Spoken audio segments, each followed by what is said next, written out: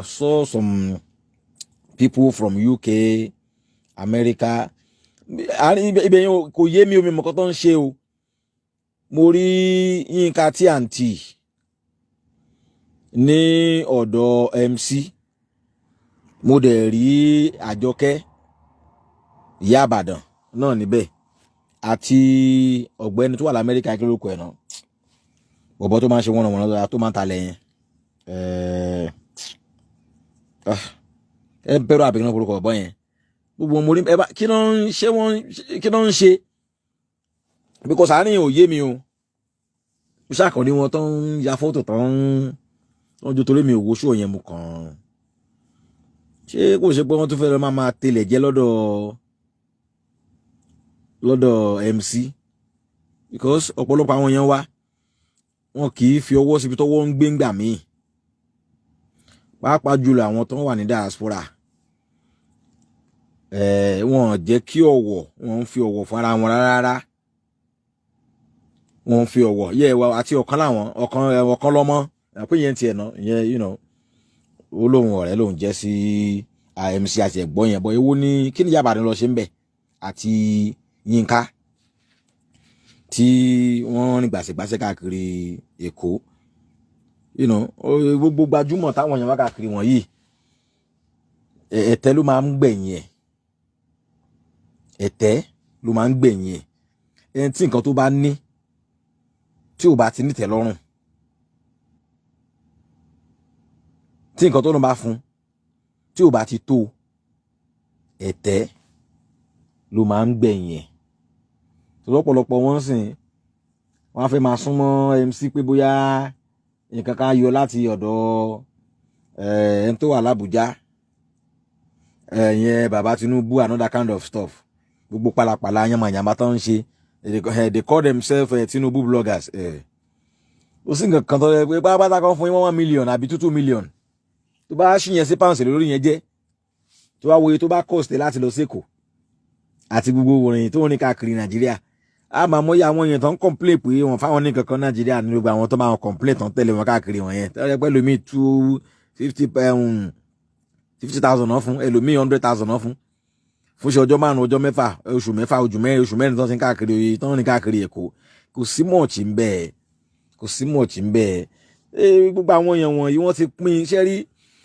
Nigeria politics, ẹni bá lọ sẹ́kù láti diaspora tó ló ń fẹ́ lọ join wọn bẹ̀, ó kàn fẹ́ lọ ṣe ẹrú ni. Ọlọ́mọ yẹn kò ṣe ẹrú. Ó fẹ́ lọ ṣe ẹrú ni, ó fẹ́ sọ̀rọ̀ ẹ̀dì wọ̀fà ni. Tó bá lọ sẹ́kù tó lọ ń rìn pẹ̀tẹ̀ láwọn èèyàn wọ̀nyẹn káàkiri tó ń lọ. So Ìyá Ìbàdàn náà sì báyìí náà iṣẹ́ ọwọ́ ẹ̀ ò tó jẹ mọ́. Ìgbà wo ló di blogger Tinubu yẹn Àjọkẹ́ mò ń sọ o. Torí mo ṣàmọ̀ ti eléyìí tó ń jalè tó máa ń jí owó tó máa ń lu jìbìtì visa káàkiri wèrè ọba ńlá àtọkọ ẹ̀ àti àwọn àtàdísá ọkọ ẹ̀ àti ẹ̀mọ́ pàwọn èèyàn náà máa sọ̀rọ̀ pa Tinubu another kind of stuff. Gbogbo àwọn ni Ìyá Ìbàdàn di Àjọkẹ́ di blogger Tinubu.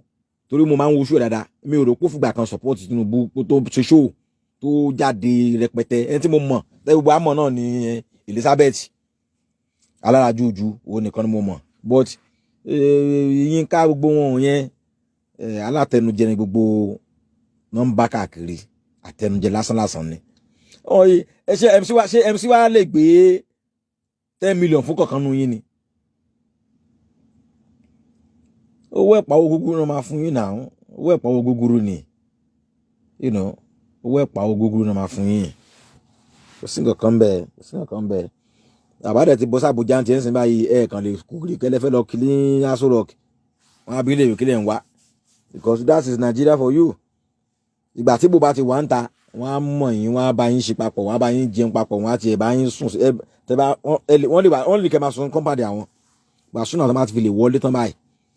Ó tún di see you in the next 4 years ni.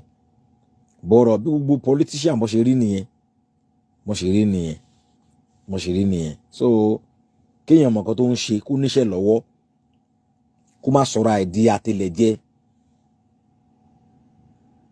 kó má sọ̀rọ̀ àìdí ẹni yẹ̀yẹ́ torí tọ́rọ́kọ́ bọ̀, torí owó tí ò tó nǹkan kan tí ò sì tán fún yín. ibẹ̀ náà sì máa fi lọ́kùlọ̀ lọ yín bẹ́ẹ̀ máa fọwọ́ gba yín dì máa fọwọ́ tẹ̀yìn lọ́mú ṣe gbogbo ẹ̀ ṣé gbèsè ayé tó nítumọ̀ nìyẹn ọlọ́run àgbà yín o ọlọ́run àgbà yín o ti sùwẹ́ o gbogbo àwọn ọ̀rìn dọ̀tí àwọn ọ̀rìn irin dọ̀tí irin dáadáa bẹ́ẹ̀ yẹn èyàn gbọ́dọ̀ máa sá fún wọ́n ní bí kinní kan ṣe tóbi tó bó ṣe kéré tó òun ni ọba wọn ní Rẹ́mọ Bákàrí Ìgbò bó ṣe tóbi tó bó ṣe kéré tó yẹn òun lọ bá wọn ní kinní kò ṣeé fọwọ́rọ́ sẹ́yìn bọ̀ tó bá ti di pé ìtọ́lọ́run fún ẹ ò tẹ́ lọ́rùn tó bẹ̀rẹ̀ sí ní tójú bọlé káàkiri tó ń tójú bọlẹ̀ káàkiri ọlọ́mọ ẹ̀ kò tibẹ̀ gbégbé kò gbé ẹrù tó ṣe títẹ̀ kò gbé ẹrù àní ẹrù lẹ́rù o ọ̀kan lọmọ tó ń lọ sékòó ó mọ tó ń òun tiẹ̀ ọmọ gbòòrò lòun tiẹ̀ ó ti yín sìn ọmọ gbòòrò ni ní tó dẹ̀ ń sọ̀pọ̀lọpọ̀ Nigerians ni pé tọ́wọ́n diaspora ń sìn ni pé ojú wọn ò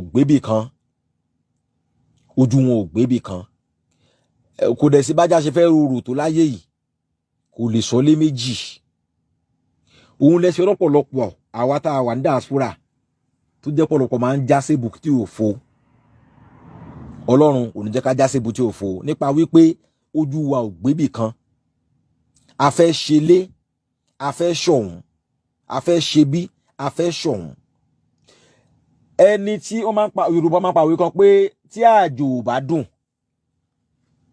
níṣẹ́ là á tọ́jú ilé ìwọ tájò bá ti tó ìyẹn mi ó túmọ̀ sí pé ẹni tí ò bá ẹ̀ tí tó bá wà nílùú for many years tí ò rọ́nà àbáyọ tí ò rí kan ṣe kan tó kàn fẹsẹ̀ jálámúlà káàkiri tí ò lọ́kọ tí ò bímọ tí ò ní kankan tó ń fa ìgbésí ayé rẹ̀ ṣe ń diaspora irú èèyàn bẹ́ẹ̀ tó bá láǹfààní àti máa ṣe kan sí Nàìjíríà ó lè ìyẹn wà òkè ṣùgbọ́n wọn tó bá ti lọ́kọ tó ní ìyàwó tó dẹ̀ bí àwọn ọmọ sílùú tó wà kò síbi kankan tó ń jẹ́ oko ìlú tọ́lọ́ ń fi ẹ́ sọlẹ̀ sí nìyẹn tọ́jú bẹ̀.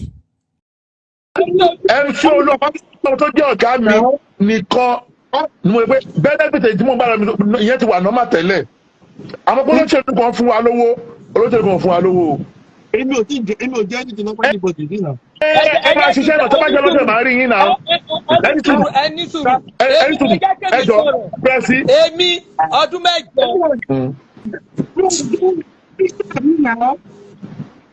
ẹgẹ́ mi ọdún mẹ́jọ. pẹ́ẹ́sì. ẹni sùúrù.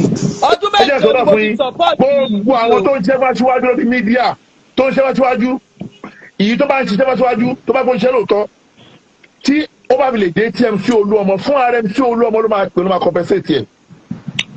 ẹjẹ nísùúrù ẹjẹ sọ̀rọ̀ ẹni tí ló máa pè ló máa compensate ẹ. ọdún mẹ́jọ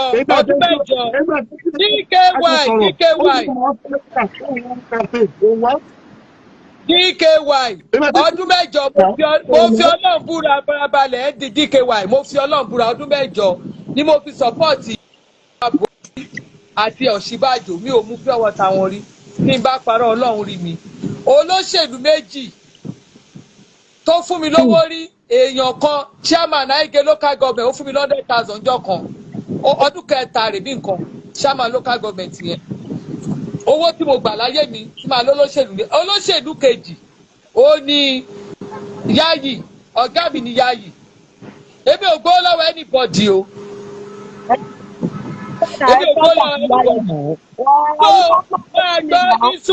Ẹni sùúrù gọ́vnà ìlú mi gọ́vnà Dàpọ̀ Abíọ́dún gọ́vnà fún mi lówó rí ẹ̀ẹ̀kan dẹ̀ ni you understand ẹ̀ẹ̀kan ni ó ní mò ń sọ̀ǹtà gbangba ẹ̀ẹ̀kan ni àlejò wa o